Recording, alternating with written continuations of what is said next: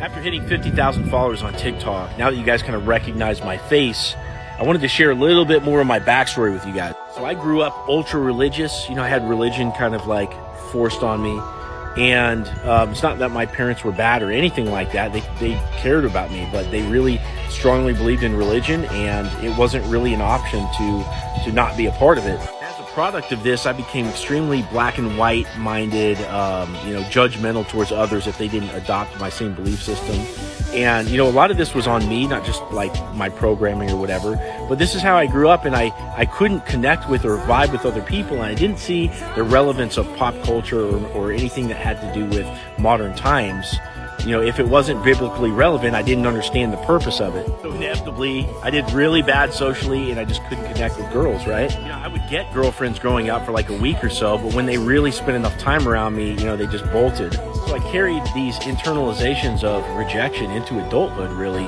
Also, I should mention in my youth, I was hospitalized in first grade and also in eighth grade for freshman year for depression. And I was a virgin until I was 19. I actually slept with a prostitute to finally lose my virginity because no other girl was going to do that. But then fast forward to adulthood, I didn't have the confidence to really get girls in person. So I went online and I met my wife on a Catholic dating site.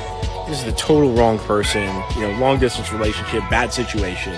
But we ended up getting married and giving it a good 10 years and having 4 kids before everything finally crumbled. I gave it my best. I think she did too, to some degree. But after the divorce, I made a big mistake. I settled down with the third girl I went on a date with right after my divorce. She had tattoos. She was super fun. She was the polar opposite of my wife. And that girl ended up cheating on me. She ended up, messing with me emotionally and stuff, like cutting me off emotionally.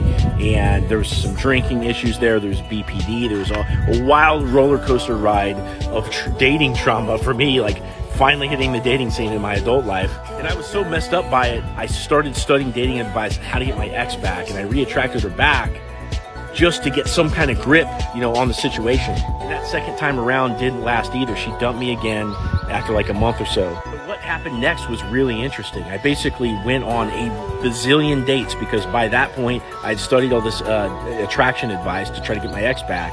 And I just went out and went out and went out. And I sucked at first, and then later got better over time to the point where I finally met my wife. I was dating all these different women, and I got my pick of the litter, who I married today, from that intentional dating journey. But all of this just to say that anybody can do it. It doesn't matter how bad off you were as a kid.